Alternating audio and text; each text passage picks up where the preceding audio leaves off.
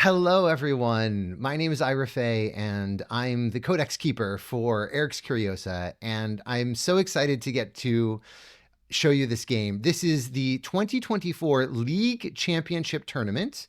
The winner will get this awesome playmat. So there we go, and a bunch of other prizes too. And this is the world's largest constructed tournament of sorcery to date. It is 131 players, single elimination, and these players have both won 6 games in a row to make it to the finals. So Jarod is playing a Earth Air Death Speaker, and CJ is playing a 4-element Death Speaker deck, though primarily Earth and Air. So we'll see how it goes. I'll do this in pass. CJ starts off with a color out of space, and we can see that Gonna start with a lookout. Oh, sure. Jarod has a very strong start here, so it's off with... You know, I've played this deck a fair amount, and I've never actually... with quite a few good artifacts to start off with. And he sees that CJ does not have a common sense.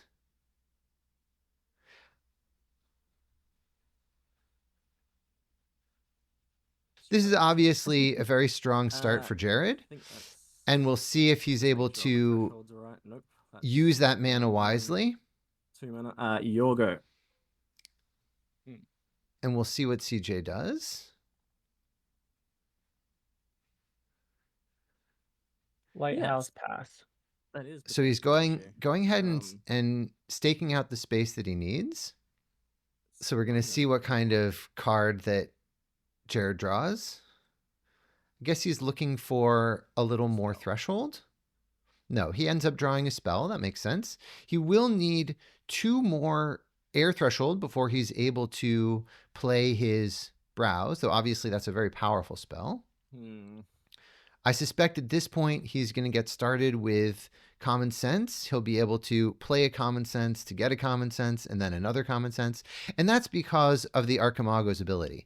So the Archimago says, banish 3 magic spells in your cemetery, cast 1 of them if able. So if you have 3 spells, specifically magic spells, common sense and play that one and get another one in your cemetery, then you are able to cast one of those 3 from your cemetery again, basically getting double use out of a spell. So we'll see if he's doing, this is a very common early game strategy.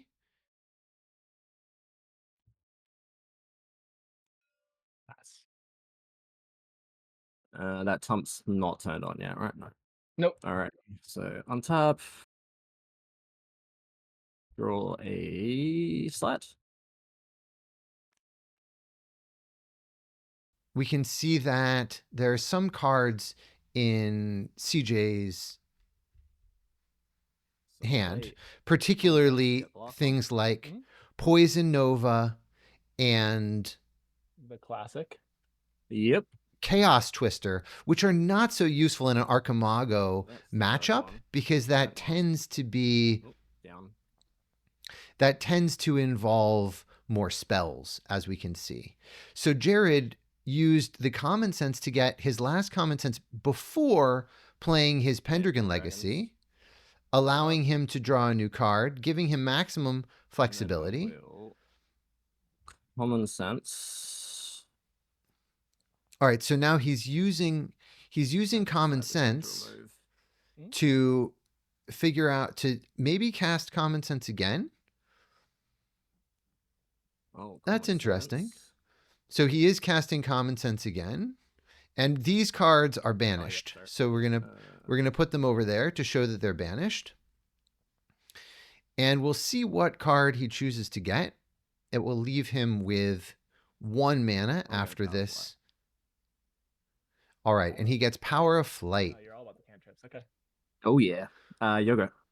Cool. All right. Untap, He did draw. have this. So Power of Flight works only with minions, but it allows him to draw an extra spell. So we'll see what he uses it on. Presumably he'll play the Root Spider next turn, play Power of Flight, continue to fill up his cemetery with additional spells, and help get the Root Spider into a good position. Typically, Root Spider is used as a defensive minion, but in Archimago, it's more likely that he'll be using it offensively to hopefully get in an attack for 2 at some point. I think I'll tap, draw sight, and pass. So pretty slow game. It's interesting to see that because CJ has not drawn a Common Sense, he has not been able to effectively use his mana, because the best he could do is perhaps play a Magic Missile, but he's not really in any rush to do that. Given that there is Craterize, so he's just playing it because it does not say target an allied minion. It just says allied minion. That whole first part does not function. It does nothing because there is no allied minion, but you still draw a spell. So because it does not target, that is a perfectly legal play, and he draws. It costs him only 1 because of the Philosopher's Stone. He's now able to continue playing additional spells. Then on Common Sense. Okay.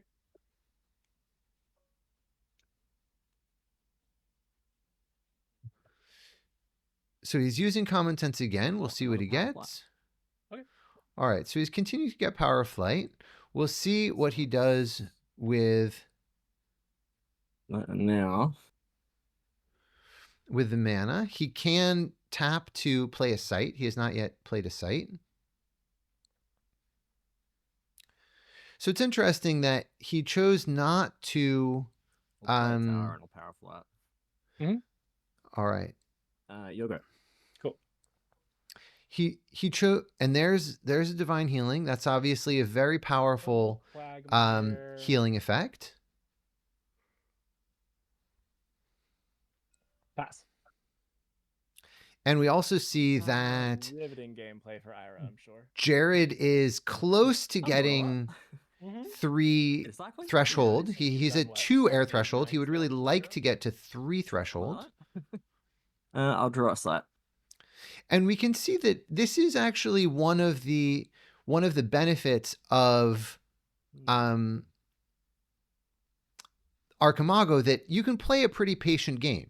You know, CJ, though he hasn't literally cast any spells this entire game, because Archimago is a controlling archetype, he's actually in a fine position. If this game goes very long, he will be able to play Craterize and Craterize and make significant progress. Now, this Mirror Realm, obviously, he would like to be able to play it to copy the Yeah.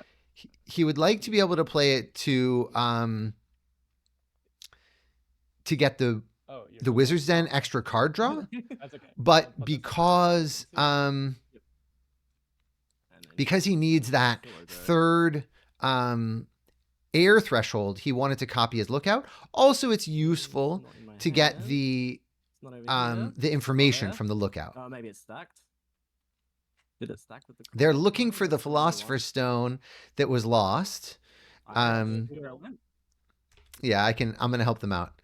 I think what happened was it got accidentally deleted somehow. We know it's there. Let's copy the Onyx Core or something like that, and I think it'll be fine. Or you know what? All right.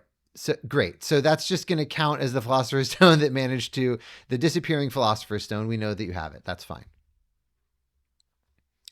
Okay, so we're continuing with the turn. 6 with a filler. 6 mana with Philosopher's Stone, and now he gets to play Browse. And this is the powerful effect. I tap the card in my hand, and then I draw 7, and then I just put them all back on the bottom. You good with that? So he's just gonna draw 7. We're gonna get to see what they are, and he has a lot of choices now what to do. we can see the options. And then I just drag the one I'm going to take. So he's going with significant card draw, additional card draw. I'm not exactly sure what he's hoping to draw, but he's going to now finish resolving browse. He chose to take the blink, which gives him quite a bit of flexibility with the positioning of his avatar, but also, of course, getting to draw additional cards. So we'll see what. No, that was free. We'll see what he ends up playing. All right, so he goes ahead and plays the blink immediately. He gets to decide where he goes.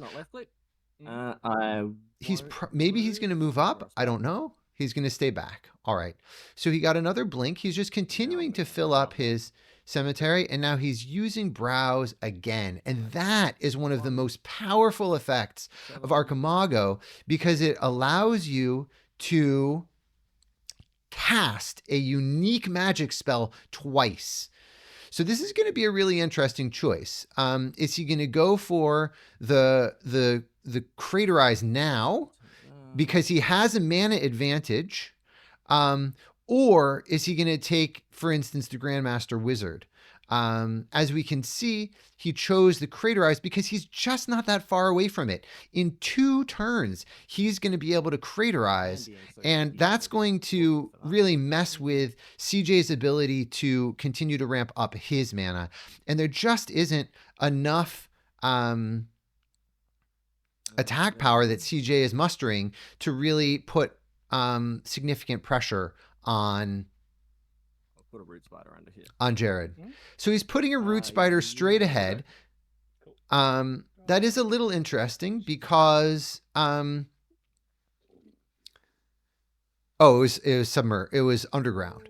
So what's interesting is I'm not sure if Jarod realized that the site right in front of him is a lighthouse, but I think if your plan was to move your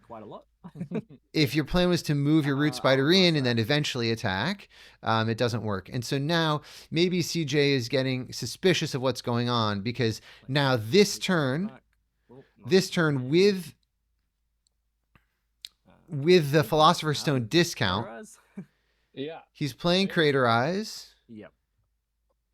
And he takes out the color out of space. So the other thing that's particularly challenging about that for CJ is that now he does not have a third earth site to be able to cast Divine Healing. He's not able to cast Divine Healing. The wonders of 4 elements. And we can see the challenges involved. Yes, that is how we designed our Archmage, is to try and cut a lot of those so that we're better in the mirror, pretty much. We'll see what he's able to do here, but it's obviously a very powerful situation. He needs to gain a few extra cards in the cemetery, and then a few extra magic spells in the cemetery, and then he'll be able to cast Craterize again.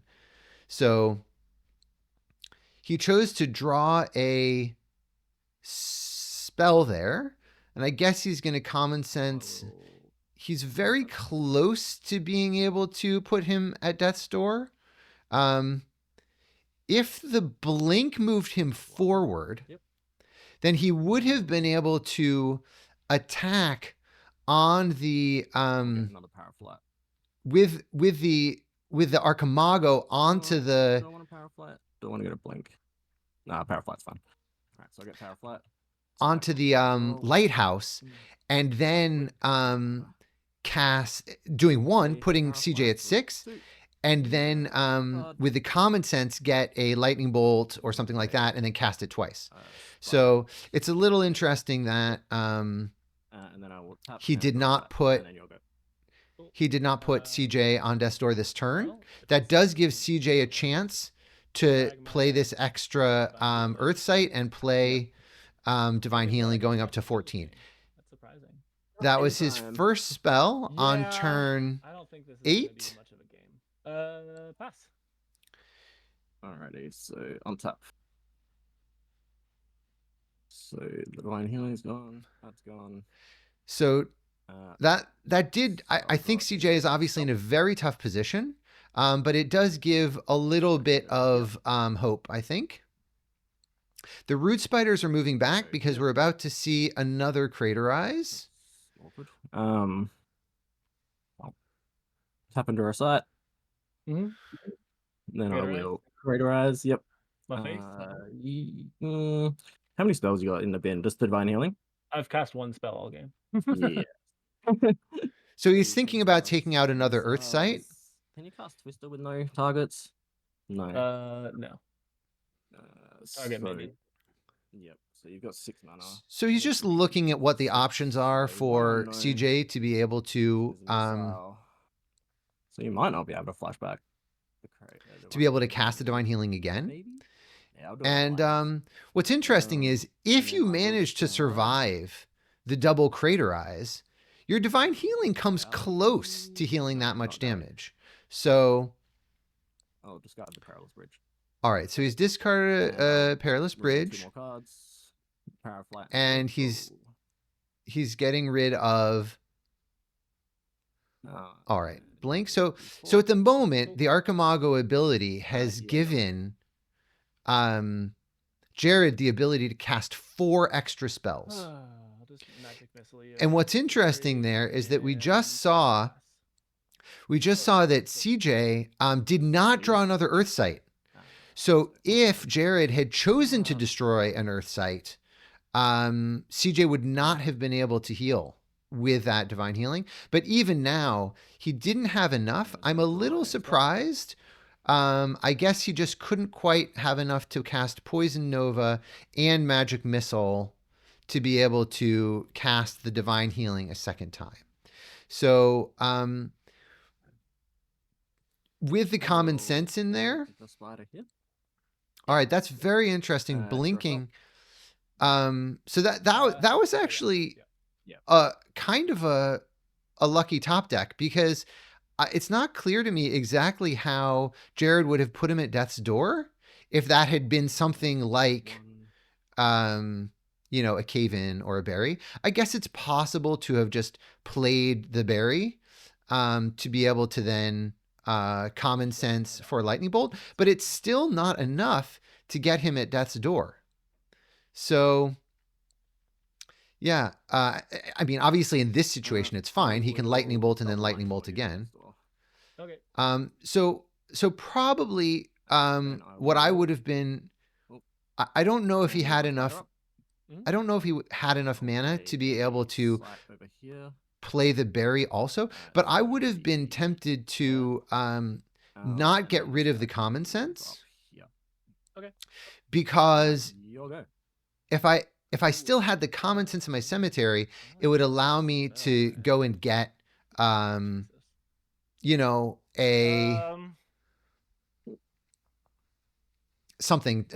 finisher, something like a lightning bolt or a magic missile or something like that.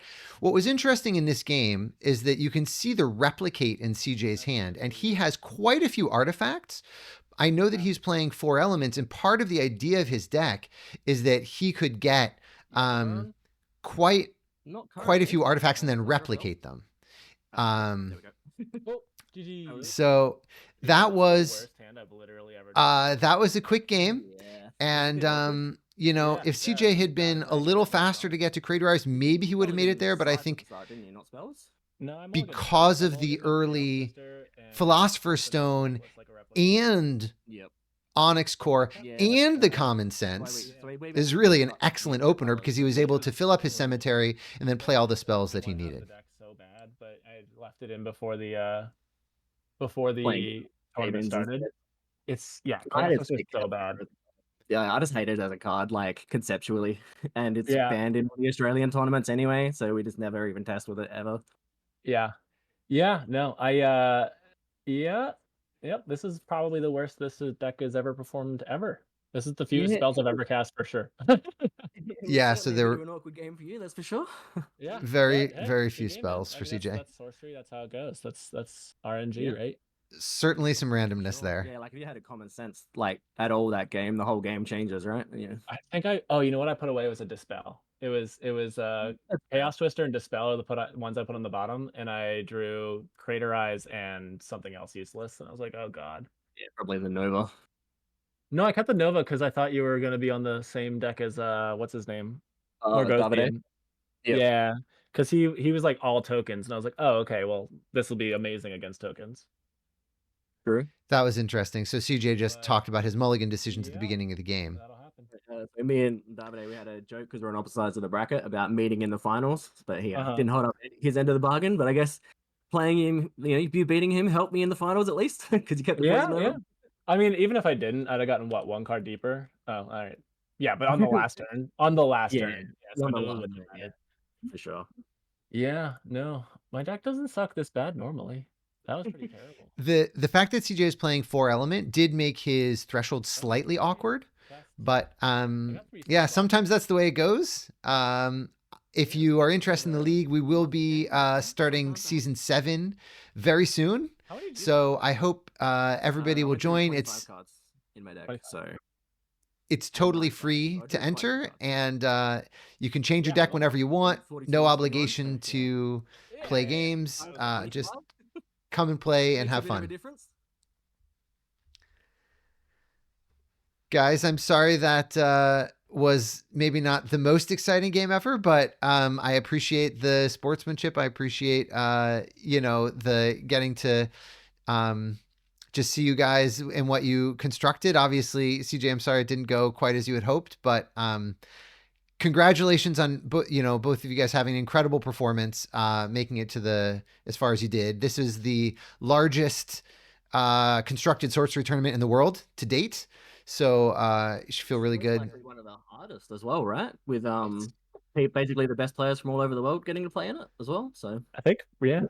It's gonna be funny though, because if nobody saw anything but this, they're gonna be like, "How the heck did that guy get to the finals?" Well, the interesting thing about this is me and Wyvern, we built it together, and he won the last tournament in Melbourne with it as well. Like we traveled over there for it, so we played the exact same list in 2 separate tournaments, and he won the last one, and I won this one. And interestingly enough, he got knocked out in round 1 of this one because he had threshold issues. And then I went poorly in that one because I just drew like no card draw for the whole day. When as you can see, most of the deck is just card draw. Yeah, that's crazy. Yeah, I honestly don't think that this is the best like Magoo list at all. It's just the one that I enjoy the most. Yeah. I didn't think I'd make it to the finals. That's why I was like, oh, hey, cool.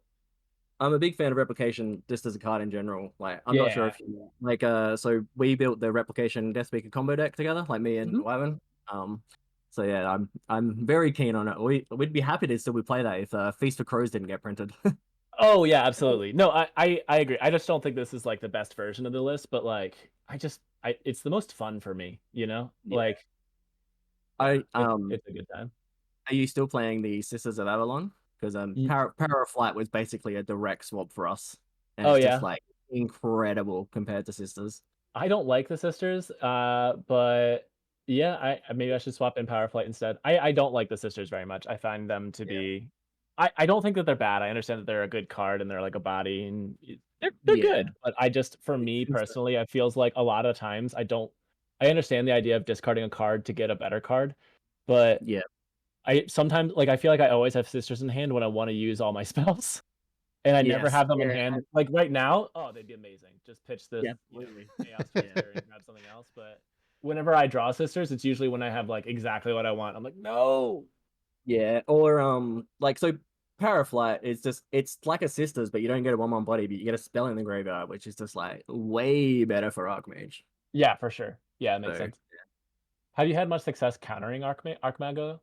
Yeah, so this list in particular is like we built it to win the mirror matchup basically. We're playing like one-off Nimbus Jin with like flanking maneuver and stuff as well, and we get like because we found like the hardest way to win is like because you just have to chip them away over turns, and you can't really do that with the divine healings and eggs and stuff. So yeah, being able to one-shot them just ends games, and we found like against basically every other Archmage list we have like a 85+% win rate. So. Oh yeah, this list actually, I think I've lost to Archimago like twice, but this is the third. I mean, I would be curious. We should play sometime again just for fun. I would be curious if this does any better. I still think it might lose, but it's just not. Yeah, it's usually pretty good because the Archimago it relies on healing so much, and it has so much healing in it that usually like the burn Archimagos just can't deal with it. Yeah, exactly. But yeah, no, this was good. Your list seems really cool. It's also different than most of the ones I've seen, which I like. We spent a lot of time refining it. I think between the two of us, we probably put about 1,000 hours into it. So, jeez, okay, that's awesome. Yeah, that's a lot of hours. That's a lot of hours. Yeah, just a couple. Yeah, that's really cool. Just in this list though. Yeah, pretty much. It was like we did it like so we tested into a lot of different things where we're like getting the testing in on the other versions as well with the list, but yeah, just refining this list, getting the sites exactly right and the spell composition exactly right. That's awesome. I guess I meant more, have you found a way to beat Archimago without Archimago? Yes. So we built a water fire sorcerer deck that's a bit higher on the curve that actually does really well into this list. Interesting. Like in general other Archmage lists as well. So I find that interesting. No, I've only ever had success really with I've gotten like 50-50 with like a battle mage and sorcerer, and then there's a death speaker list that can beat it pretty frequently, but it's just not that good into other lists. Yeah, we've got a death speaker list that's like pretty solid into it as well. But yeah, same deal. Like it's really hard to make a pebbled pass fit into death speaker at the moment, and it's really hard to win games against red decks without pebbled pass. Yeah, that's exactly it. It's like, okay, yes, I can beat like 80% of Archimagios and then lose 100% of sorcerer aggro decks. So you're like, well, that's not really good. Yeah. That's why we ended up settling on Archmage as like the just the deck to tinker with, the avatar to tinker with the most, because you could you're good into the other Archmages, and then you're actually still good into the rest of the field as opposed to just beating one deck. Yeah, no, that's interesting. It's cool. I like it though. I like your deck seems kind of like Stormy because realistically, a lot of my deck is buy into like a lot of Archmage decks are just buy time until you have the spells that like win you the game, right? Yes. And yours, instead of just doing like the minion dealing with, you're just cycling. So that's cool. Yeah. It does okay against like aggro though, because a lot of your deck is just spinning wheels. How are you moving all that minions?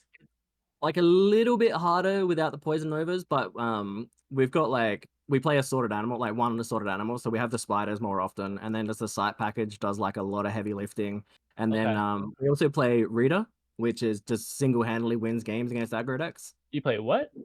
Rita, the giant guy who stops things from attacking. Yeah, he basically beat Kyle for me. That's wild. Yeah, because he was just incredible for me the whole time. Like, that's actually every really game funny. against aggro, he just straight up wins. That's really funny because when Rita was spoiled, I thought it was going to be amazing, and then I realized I was like, wait, he's a creature that restricts creature decks in your creature deck, but you're playing it in a non-creature deck, so okay. Yeah. We basically we're only playing like spiders, princess, Rita, and Jin. That's it. That's awesome. Wait, you're not playing Grandmaster Wizard? Oh yeah, I'm Grandmasters, of course. Yeah. Okay, I was like, that's a mistake. I forgot something somewhere. Yeah, he's pretty good. Yeah, spiders, princess, Grandmaster, I think are what you need to do. I think I run Merlin because I like him. I run the sisters, which I think I could probably swap out for Power Flight, and then I run one Scavenging Fiend, and it's honestly, again, this is a list that I enjoy more than. It's just I enjoy this list, right? More than I think it's perfect. This should be gone. I think maybe swap it out for Black Plague or something, just so you have a different access to attack on. Yeah, or even like Cave-in and things like that as well is pretty good. Which one? Cave-in. Cave-in? That's Australian tech. I don't see anybody playing this outside of Australia. Yeah, this was me. Sorry, I brought this into the meta completely with Geomancer as well. That was another one of our creations. Nobody plays this outside of Australia. But it's so good. It's so good. No, I see. But yeah, no, I feel like this isn't right. But what was it? Oh, Scavenging Fiend just wins you the morale game when someone like because this deck is the deck that I got like 15 rings or 16 rings in 5 games or something with. Yeah. And, I didn't get a single ring the whole tournament, I don't think. Oh, yeah. Actually, this run, I didn't really get many either. Jarod, how often do you get 2-for-1s with Cave-in? Do you actually get to do 2-for-1s that often? Sometimes, but it's a lot of the time the way you win the Archmage mirror is actually just burying their ring or artifacts and stuff and taking it with your spiders. Which is so we have like the extra sorted animals, so we have like spider dominance in the matchup most of the time, and then it lets you play that. But it's also just like it kills everything basically. Like it deals with the problem creatures like Pudge and all those sort of things. But doesn't Barry do that too? Yeah. Yeah, No, but cave in, you get the 2-for-1s, but it's also not targeting the minion, I think, is important sometimes as well. Just if they're on the like if you have the beasts on the varmint warrens and stuff like that, if people ever get around to that tech and playing it. That is an edge case. This is just it's purely Australian. This is an Australian card. I think it's interesting though, because we do see Morgana. Like it could certainly take care of Morgana without having to. Yeah, stealth minions. That's probably what I should have said. But yeah, it's also when you get the more than 1-for-1s is when you're going for their artifacts mostly. Yeah, for Because sure. normally they've got like I've got a filler and a core, right? Or maybe they have eggs or all sorts of things. And you can just scoop it all up at once. It's like a poor man's earthquake. Very, very poor man's earthquake. Yeah.